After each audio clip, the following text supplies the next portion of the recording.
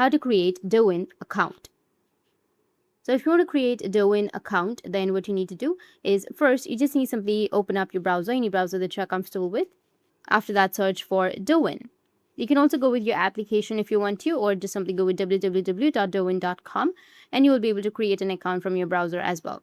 Once you're on the application or once you're on the browser of douyin.com, you need to go with login, which will be on the top right.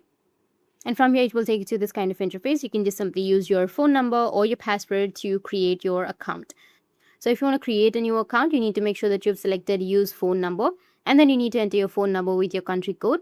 After that, you need to go with send code, which will be right here, and you will receive a verification code. You need to enter that verification code and then just simply go with login.